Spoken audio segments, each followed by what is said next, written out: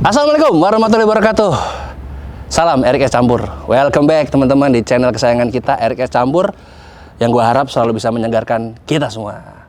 Dan gue pribadi berharap lu semua tetap sehat, sukses dan berkah selalu ya.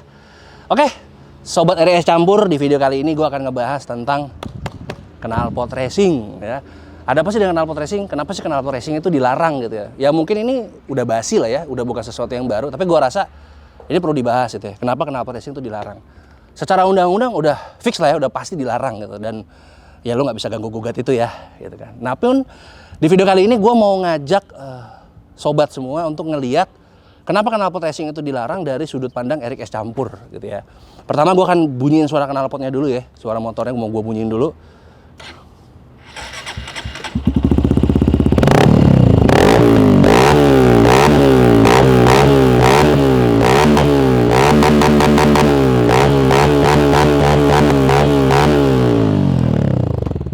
Oke, bising.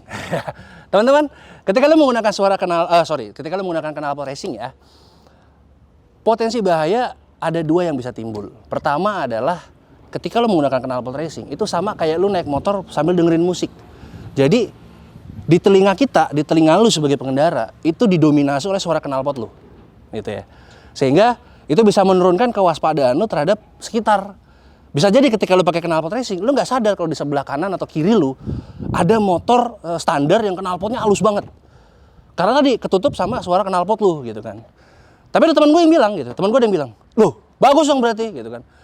Berarti orang bisa tahu keberadaan kita dari suara knalpot kita. Nah, ini pemahaman yang salah gitu kan.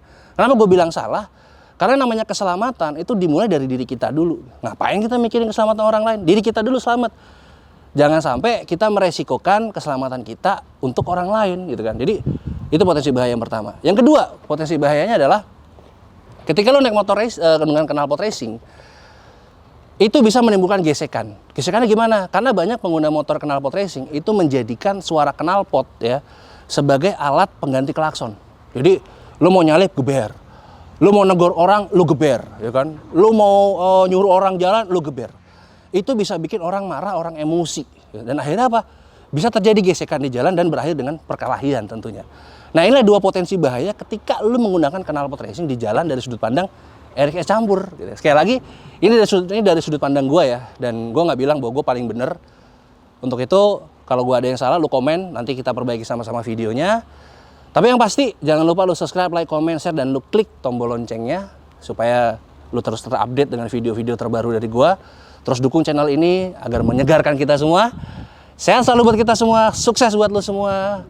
Wassalamualaikum warahmatullahi wabarakatuh. Salam Erik S. Campur.